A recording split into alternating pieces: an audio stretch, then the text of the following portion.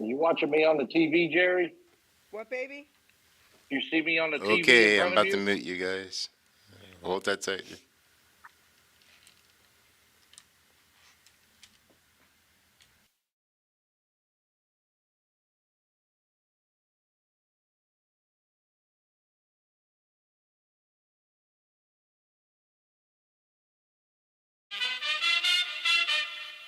Ladies and gentlemen, Geri Petito. I'm not an addict, I'm just an ass. And in time, this too shall pass. I'm not an addict, I'm just an ass. Geri Petito taught the class. I'm not an addict, I'm just an ass. Loves the answer, the greener grass. I'm not an addict, I'm just an ass. One day at a time, free at last. When you don't know just what to do, Just what to do, just what to do.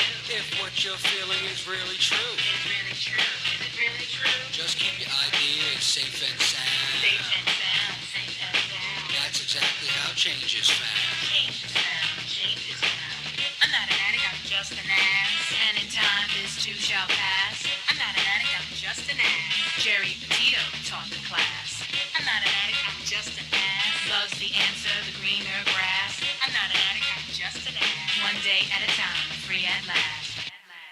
Hello, everyone, and welcome to the Geri Petito Show. Everyone and anyone who knows me knows I am the author of I'm Not an Addict, I'm Just an Ass. I'd rather be a smart ass than a dumbass.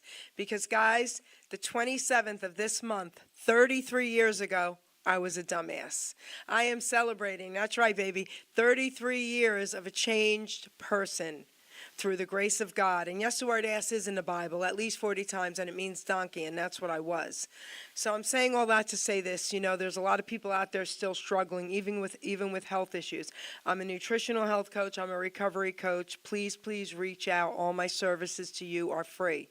If anyone thinks my book can help them, because I do, you can go right to Simon & Schuster's bookstore, Archway Publishing, BAM, Barnes & Noble, Amazon, and you can go to my website, www.geripetito.com. Please subscribe to the Geri Petito Show YouTube channel. And guys, listen, if you truly, truly, truly cannot afford my book, please reach out to me about that as well. I'm here to help you. Before I introduce my really cool guest, I want to just give a shout out to a few of my sponsors.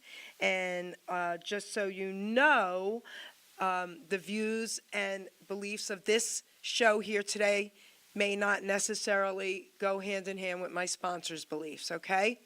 So one is Storm and Norman Selden, 732-245-4777, www.stormandnormanselden.com, booking dozens of attractions for concerts and performances on venues of all sizes, from a 5 to 12-piece band. And a lot of people didn't know this, but he helped get Larry Chance started back in the day. Larry Chance, remember then? Remember the song from the Earls? Rest in peace, my friend. He was like family to me, and I love you and miss you, Larry. And Norman has a 5 to 12-piece band. He's incredible on the keyboard. Then we've got Ken Ryan and Linda Garofalo, The Way It Used to Be, singing songs from the 50s to the 80s, a tribute show to the greatest music and voices of all time. He also does Elvis for me, guys. Yes, yes, yes, okay? And these two people are beautiful inside and out. They do a lot of fundraisers, and they're just off the charts. And then I'm going to mention one more sponsor today, and that's John Monforto, the man of many faces, singer, actor, celebrity impersonator, and tribute artist. Philly Rocky impersonator. He was given that name, guys, by a former Philadelphia mayor, okay? And I named him the man of many faces. www.johnmonforto.com. He does over 30 impressions. He's amazing. And, of course, the Italian in me, my three favorites, Rocky, of course, The Godfather, and, of course, Elvis, baby. So, having said all that, I want to introduce my guest. This isn't the first time he's been on Hamilton Radio with me. He's been on all my stations with me. He's been live here in studio many times. And this guy... Okay, all righty then. So that was a good introduction. Let me just introduce him first. Anthony Hudson, say hello to everyone. Hello, everyone. I hope everyone's having a great day. I can't believe it's almost August, Jerry. What is going on? Okay, this is amazing. So, guys, Anthony Hudson was running for president 2K24. Okay? He's now running for Congress, U.S. Congress, for the state of Michigan. But guess what? He's getting noticed, baby, and he will be in that White House one day. Anthony, take the mic and tell everyone about your journey. Oh man, where do I begin? August 18th of 2022, I filled out paperwork to run for president of the United States. The FEC was gracious enough to accept my paperwork and allow me to run. And, I learned so much during that first 18 months. We traveled across the country. We invited you and Ruben down to the southern border.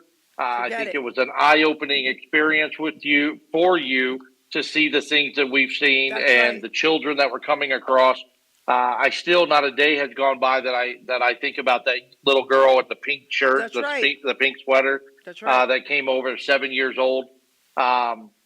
We've done a lot. I mean, we were forced out of the presidential race due to the policies of how they get candidates to run. We were only allowed to register in 40 of the 50 states, leaving 20% of the country behind. So at that point, it was kind of a moot point to continue running.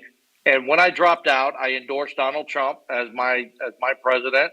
Yep. And I was approached by the GOP here in Michigan, and they said, "Don't quit, Anthony. You have an amazing platform. Your district is wide open. The incumbent has retired. Therefore, it's a wide open seat. It's a top 5 national congressional race. We want you to run." And I jumped in, not knowing much about what the congressional candidates have to go through. But I tell you, since February 1st, I have gotten the signatures needed to get on the ballot. I have proved many people wrong. We've raised over $125,000 locally. We currently have 9 billboards up in our district. We have radio commercials on 7 different radio stations. We have TV commercials. We're doing a phenomenal job. But the best stat that I can give you today, Jerry, is I am 3-0 in my debates. One of those debates was against all 3 of the Democrat candidates that are running on the Democrat ticket. It was for the NAACP. They hosted a debate with the Democrats. I was the only Republican that showed up. And by the time the night was over, I won by 4.5 points over all of my Democrat competitors. So not only am I not afraid to go in the enemy's territory, I stand tall. I speak the truth. People understand my message, whether they're Democrat or Republican, whether they're black or white or brown. It doesn't matter. The American people have struggled long enough, and they are wanting someone to stand up and fight for them. And the truck driver from Grand Blanc, Michigan, has a very good shot of winning this primary coming up on August 6th. And that's it in a nutshell. We've done a lot. We are making some very positive strides, and we've gotten some major endorsements here in the state. But most importantly, we've gotten the common person to support us and back us. And that was the goal all along, to put people before politics, make this run, get into Congress, and still turn around and make another presidential run in 2032 with 8 years of experience in Congress. So first things first, we got to win on August 6th. That's right. So you got this, Ant. Okay, you got this. All right? I'm not going to stop praying, man. Okay, we need you there. So let's talk a little bit about the trip we took to the borders. Let's talk about that, because I want people out there to understand something. I don't really do too many political interviews. Because of Anthony, I do. And I'm going to tell you something. I got to know this man personally. We spent, 5 days, I think it was? 4 nights, Yep. 5 days at the borders. Yuma, Arizona, all the borders. Okay? The legal one, the illegal ones, the most dangerous one. I'll never forget that. Okay? I got to know this man personally. And he's the guy. He is the guy. What we saw changed my life, I can tell you that. And I've been to all the walls. In the 80s, I was at the Russian wall, had machine guns pointed at me. I was at the China wall, had machine guns pointed at me. I was in Germany. And I'm going to tell you something. This trip changed my life more than they ever did because of the children we saw. So, Aunt, Talk a little bit about why we so desperately need you in the White House down the road. You know, when we went down to the border, it was nothing like when Donald Trump or Joe Biden go to the border. It was not shut down. It wasn't cleared out. It was raw. It was the actual experience of being at the border. We were down there 3 o'clock in the morning, 4 o'clock in the morning. Sometimes there were no border patrol. It was just you, Ruben, myself, Kevin, and Hope, all part of my campaign staff. We were alone in the dark, and out of nowhere, 300 people would come around the wall. And you saw me. You saw that I got engaged immediately and made sure that they got up against the wall. They got between the rope and they sat down and they stayed there, because if we weren't there to do that, every one of them would have just took off into this country and been known gotaway. They would have been undocumented, illegal entrants to our country. And I think we helped preserve that for a moment while we were there. We were alone with the cartel on the other side of the river. That's right. The coyotes that Remember, were they were walking flashing their across the lights at river. us. They were flashing their lights at us with the beams. from Yeah. their car. It was crazy. Yeah, they're flashing their headlights, letting people know that now's the time to go. Yep. Start walking. And we could hear the horns and the hollering, and it was nerve wracking. And the next day, we went to San Luis, Arizona, where we met up with Lieutenant Santana, Yep. and we walked on the other side of the wall, on the Mexican side of the wall. And we had these 4 children come up to us. There were 3 boys and 1 little girl. That's right. None of them knew who each other were. They met each other on their journey. The boys were, I think, 14, 15, and 16, and the little girl was 7. She was 8. And her She mother, was 8. She was her 8. mother She was had my granddaughter's age. stranded her in the Michigan, in the Mexican jungle, and she continued on her own by herself. The bravery of that little girl. But when she saw us, she came running up to us, gave us hugs, wanted water, wanted something to eat. The boys were scared, didn't know where to go, and we had no answers for them. We didn't know where they were going to go or what was going to happen to them. And even right now, to this very day, I have made phone calls, and I've showed pictures to agencies. They have no idea. These kids could be anywhere in this country. They could be trafficking right now. They could be shipped from one place to another. They might not even be in this country anymore. And that's a problem. Our border being as wide open as it is allows anyone and everyone to come into our country. And once they get here, we can't trace them. We have no idea where they're at, what they're doing, what they're planning on doing. And I'll be honest with you, the majority of those men that we saw, Jerry, Ruben, were military-aged males coming into our country. And most of them were of the Latin or Hispanic descent, but we saw some Russian, we saw some Chinese. Yep. Some people were from Syria. It's amazing that there's 172 countries that are flooding into our country. And what's even more amazing is that they're getting the American benefits that Americans have, and we paid into all our life to get them. These guys have earned nothing. They're criminals. They've come into our country the wrong way, and we need to enforce our immigration laws. We need to finish building the wall, put some drones in the air, and then we need to turn around and say, how are we going to put manpower on the wall?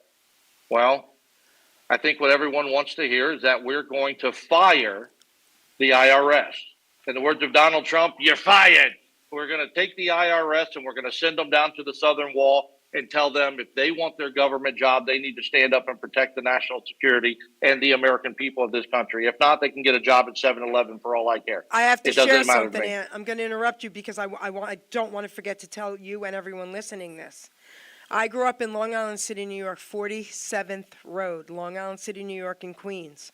I went back a year ago. A friend drove me just to see my building that my dad owned, that we lived in. I just wanted some photos. I have a cousin who still lives in Long Island City, a block away. On my block, there's now a restaurant on one end, and across the street, down the other corner, is a hotel. So I called my cousin, and I was like, we have a hotel on 47th Road? She said, guess what it's for? It was for the veterans. They kicked them all out. Now it's for all the illegals. So on my road that I grew up on, Long Island City, New York. My dad came here legally from Italy at 13 years old. They have a hotel filled with illegals right in Long Island City. That's right. And you know what what these hotels are doing across the country is they're raising the rate of a nightly stay, and the government is paying it. Yes. The government is giving that. So, like, if you and I were to go to that hotel, let's just say it was $150 a night. That hotel is charging the illegals about $400 a night, and the government is writing that check and paying that to the hotel. What's so, wrong? of course, they're going to kick out the veterans and allow the What's illegals wrong to with come us, in. though? What's wrong with us? And talk a little bit about, all right, talk a little bit about what's wrong with us, and talk a little bit about how you want to fix it, and then talk about what's going on with Michigan. Well, what's wrong with us is we're weak. Our system, our representation, our leadership is about as strong as a T-ball team filled with little 4-year-olds running around the bases. That's our biggest problem. We don't have anybody in office other than maybe Ted Cruz and a few others that have a backbone that will stand up and hold people accountable for their actions. We have a vice president currently running for president who wants to give Social Security, Medicaid, food stamps, and all of that to illegals. She wants to completely get rid of the term open border and just allow people to come in no matter what. And she wants to make it legal. She wants to make it legal across the board. It's a travesty when we see what's happening in our country with our leadership. We're laughed at all across the world. Our country with our leadership. We're laughed at all across the world. People think we're weak, so they invaded Ukraine. Hamas invaded Israel. The Houthis invaded Israel. Iran attacked Israel. And none of this would happen if we were strong. But we're not strong. So what we need to do is we need to change leadership from the executive, the legislative, and the judicial branch, and do a clean sweep of house and get more powerful people that have a backbone that are willing to stand up for the American people and say enough is enough. We serve you, and what you want us to do, we will do. Wow. So now, all right. So now let's talk about Michigan. What's going on, and what are you going to do? Can't hear. Well, you. Michigan is now made in Taiwan. Gretchen Whitmer, our governor, she's the worst governor in the country. She is doing business with Taiwanese businesses, bringing them into Michigan, hiring Taiwanese employees, not hiring the American citizens here in Michigan. We have an electric battery plant going up called Goshen. They're from China. They're bringing in Chinese immigrants. To work in that plant. And the people don't want this. The American citizens don't want this because we don't want electric vehicles. We want gas-powered vehicles that we can depend on in the wintertime, or if we want to take a trip across country, we can go anywhere, any route, and get fuel anytime we want, versus taking a specific route where we have to stop where there's a charging port. We also have a couple spots in my neighborhood where they want to put up semiconductor plants, and it does the exact same thing. The town boards are going against the people. They voted. You've gotten 1,900 people vote against it. 5 people say, yes, we want it. So those 5 people get what they want. So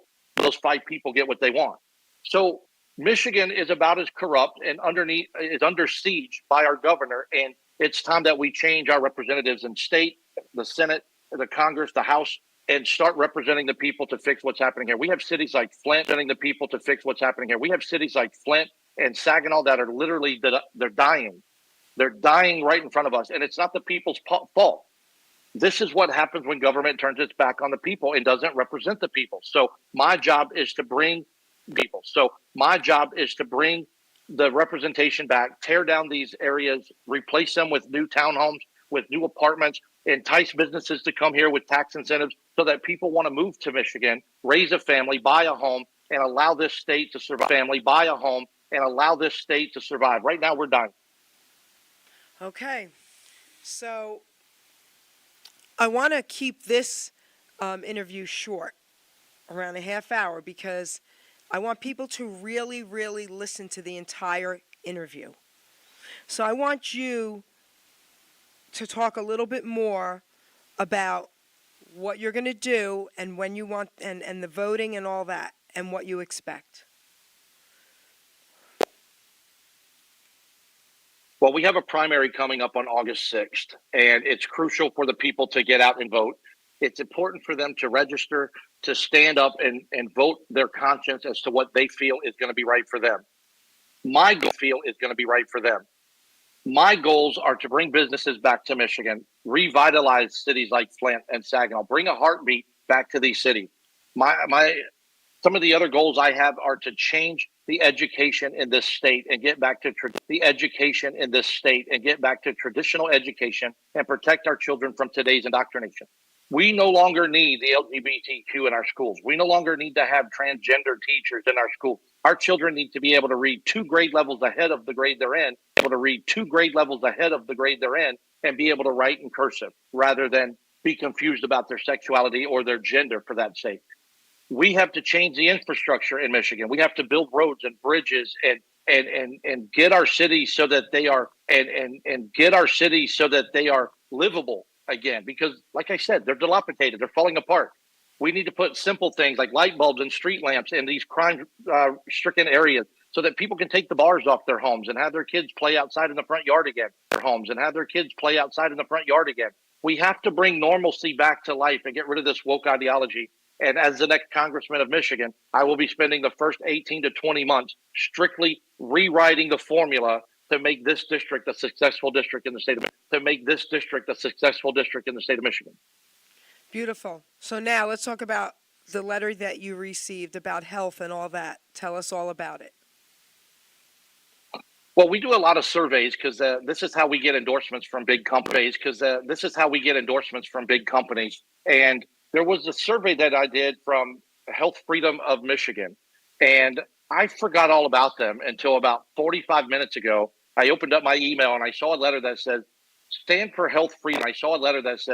"Stand for health freedom, support candidates who make and support policies to protect and expand individual and family choice in matters of personal health. We believe Anthony Hudson will defend and expand these rights for Michigan residents and therefore offer a full endorsement to your campaign." So that is amazing in itself. We have 2 major endorsements from health institutes in the state of Michigan. We have a full endorsement from the Bay County Republican Party. We have some delegates that have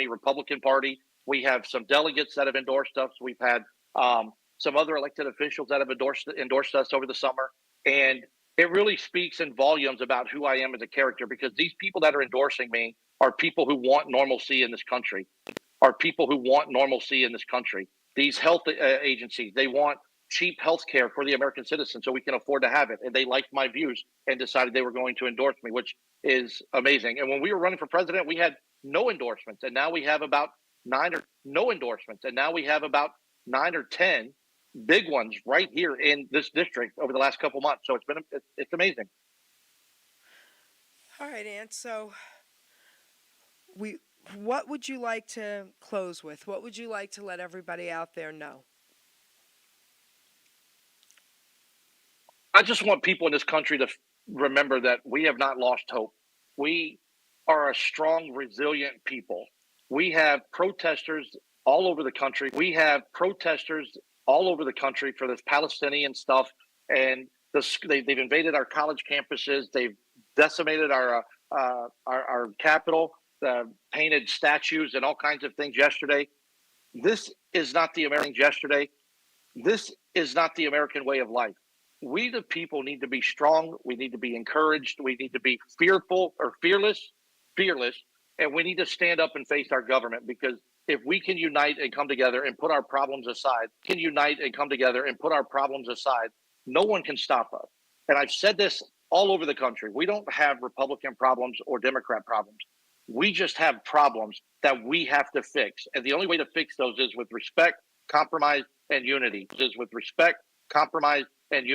And when we can bring those 3 things to Congress or the Senate, then we'll be able to turn our country around and save and protect our future. All right. I want to thank you, Anthony Hudson.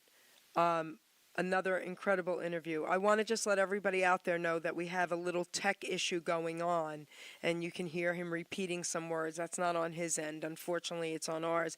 Plus, but just do me a favor, just forgive that part of it. Everything he said was clear. So I want you to really listen to everything Anthony Hudson is saying and take it to heart, guys, because we are all Americans, people before politics.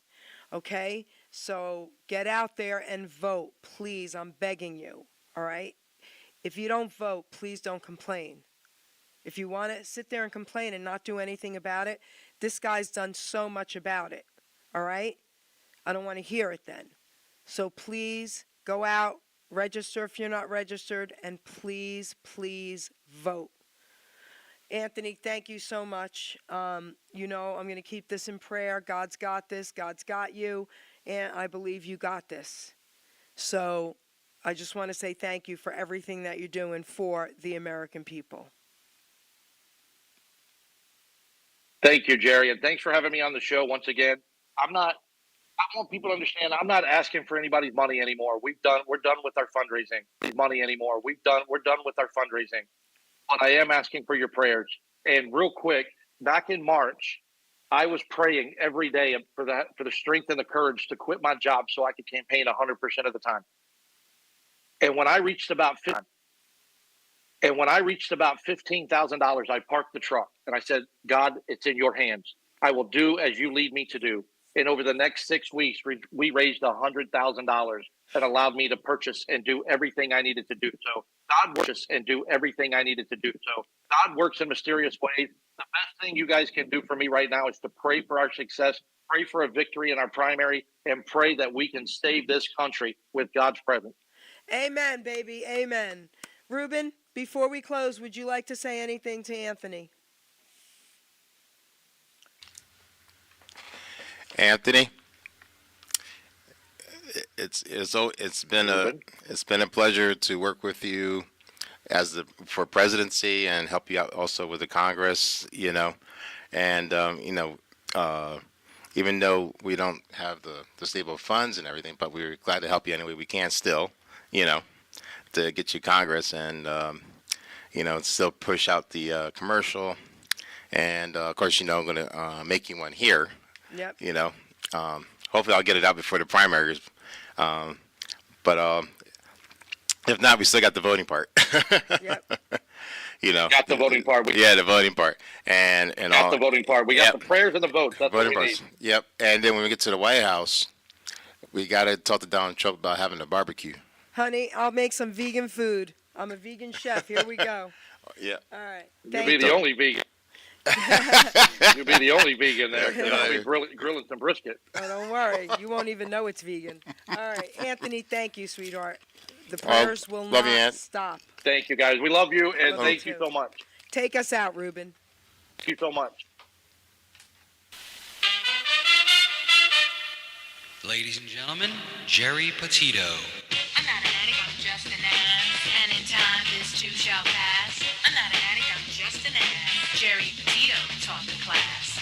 I'm not an addict, I'm just an ass. Loves the answer, the greener grass. I'm not an addict, I'm just an ass. One day at a time, free at last. When you don't know just what to do. Just what to do, just what to do. If what you're feeling is really true. Is really true, is it really true? Just keep your ideas safe and sound. Safe and sound, safe and sound. That's exactly how change is found. Change is found, change is found. I'm not an addict, I'm just an ass. And in time, this too shall pass. I'm not an addict, I'm just an ass. Geri Petito taught the class.